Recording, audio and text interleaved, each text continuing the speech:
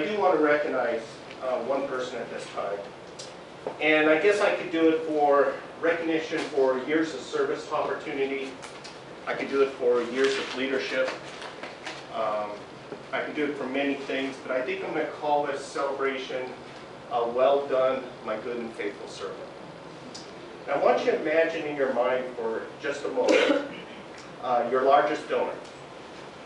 Just imagine in your mind who your largest donor is. And pretend that you've been serving this donor for the past 8-9 years. If you happen to, your donor happens to not be in the 7-figure range, go ahead and up that donor up. Okay, so this is a large donor. And I want you to imagine that donor coming to you and saying, I'm about to make a huge gift opportunity. But I'm not going to tell you how much. You will never know how much. And you'll never know when it comes in.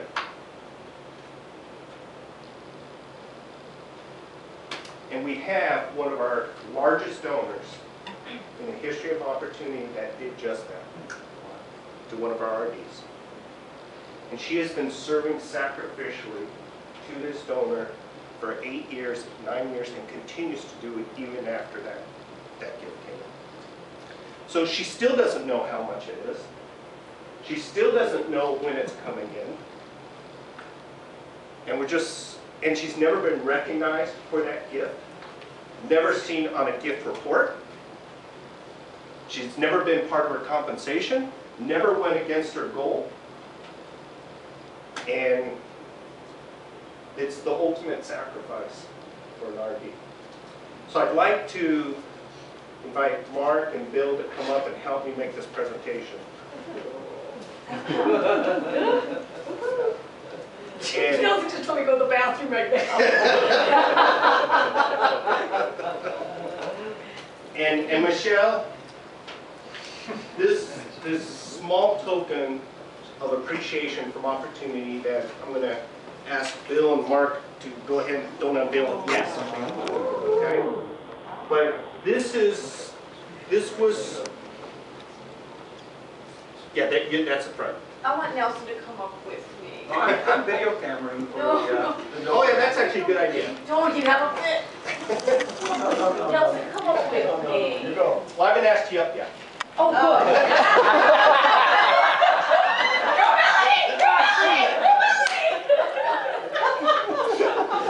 Wouldn't that be I just want to share with you a little bit about what this is. One of our gracious donors came to us earlier this year and offered, it's one of Linda's donors, and offered to draw some incredible paintings, crosses for our top donors. And she has already started to work on it, and when I'm trying to figure out an appropriate gift for this recognition, I went back to her and asked her if we could use it for this particular scenario, and she graciously said yes.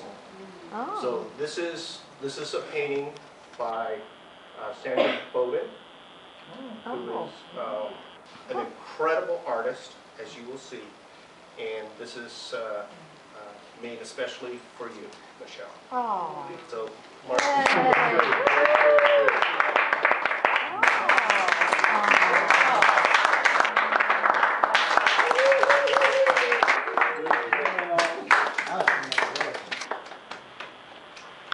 Speech.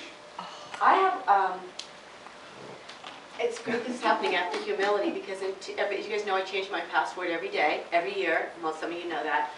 And in 07, it was humility 07. It's always a character attribute. Shar taught me to do this a decade ago. I prayed for humility every day in 07. I felt good in all of 07.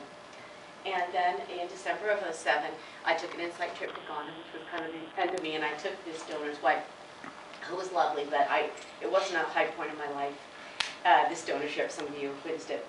it was pretty stressful for me, and everybody handles stress in adulting real different. You know, I kept trying to control everything so the incentive would be perfect so we could get the big gift. So, but sometimes that doesn't donors don't enjoy that experience sometimes if you're like trying to overmanage. So at any rate, I came back, and then a year later, Mark actually secured the major gift. But I always wore this as kind of a badge of courage because I felt that the Lord loved me enough to answer my humility prayer. I mean, I was so humbled, as Mark knows. I tried to give back my VP title. I tried to leave. My husband wouldn't let me give back my VP title. He told me if he died, I might need to make a living. And it was really very humbling. I mean, so humbling. And while the donor never brought it up to me, nor did his wife, no, I just always really carried that really deeply. So I always took it as the Lord's special kiss to me that I never got credit for the gift. Because I felt like he was always telling me, when you disappoint me, you know, when you disappoint yourself, when you fail, sometimes there's long-lasting scars. I love you. I gave you what you really wanted was the lead gift to the Africa campaign, but I love you too much to ever let you get the credit for it. And so I really actually wear the anonymity of the gift with great pride. I take it as God's love for me and his determination to try to keep me humble. And I've never prayed for humility again. I don't.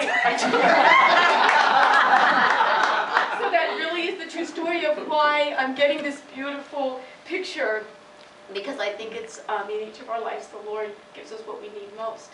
And I needed to not have this gift. I really believe it was part of my spiritual development. So I just thank God, and this is very sweet, certainly not expected. Not expected. Thank you, Bill. Very sweet. Thank you very much. Not expected. And of course, like as in all my big gifts, who do I send in for the kill? Now I will say I worked up the fair amount. Kill. I did. Let's get another humble act. I did set it all up, but who did I actually send in? I was not messing with anything. And the other final story is that the pre-ass trip was Steve and Mark. I just want to say one more thing since I'm up here. I gotta tell the story because it's my best story. It's my best story, and I have a lot of good stories. I've set up this meeting called Purple Face. I'm not going because I didn't know if he'd say the amount. He'd already said he wanted to be anonymous. We'd already agreed Mark would know. So I didn't go to the meeting. I'm up all night. I'm prepping, you know, call sheets. I'm up all night. I got the directions to his place. I'm following them in my minivan, right? I'm following. They're going to go up. Steve? No, it's Steve and Mark. So Mark, they go out to the car, and I say, follow me. I'll drive you to the office. Just follow me. I look in my rearview mirror. This is a woman who already has troubles with control, right? We already just told that the 07s. I look in my mirror. I can't find Mark and Steve. Mark, for reasons I will never know, I've traveled with him for 16 years, has rented a red convertible sports car. I get out of my minivan, I say, you're not taking that car to the meeting. I have micromanaged every minute of this meeting. You can't drive that red sports car. So he says, don't worry, Michelle, I'm going to park way down the road. So I say, Mark, I just can't believe, how did you, and he's trying to explain to me why you had to have the red. It was a good reason, it was only quite a right? So meanwhile, I get them on the road, and then I get off the freeway because I'm going to go back home, get whatever, and then I'm going to meet him afterwards. Well, come to find out, they get lost. Steve calls me 1 minute before the meeting. Hey, Michele, you said 6:39 Clayton Place or 6:49 Peyton Place. We can't find it.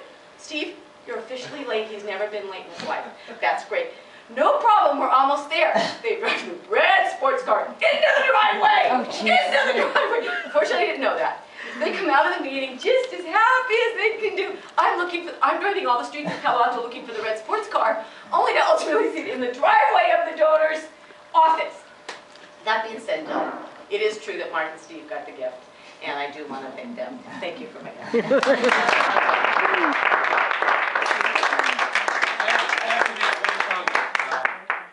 My first time I ever traveled with Michele, there was a donor, and I won't mention who made a comment to us in the meeting about there's only so many elephants to shoot.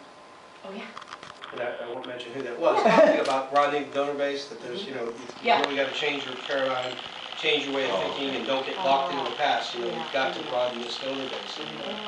And it reminded me of a story I read a long time ago about elephants and how, you know, when they train elephants in the circus. Now, have you ever seen in the circus where elephants in the circus are have a rope around their leg and they're tied to a stake. And they just kind of mosey around that stake, stuck to that stake, and eat and do whatever elephants do. But they can't move because their leg is tied to the stake. When the elephants are babies, they teach them, because they can't pull it. When they're young, they can't pull the stake out. When they're full grown, they very easily could. But because they've done it the same way, all the time, they actually teach the older elephants to pull the stake out and walk over here and put it down and put it in the ground again.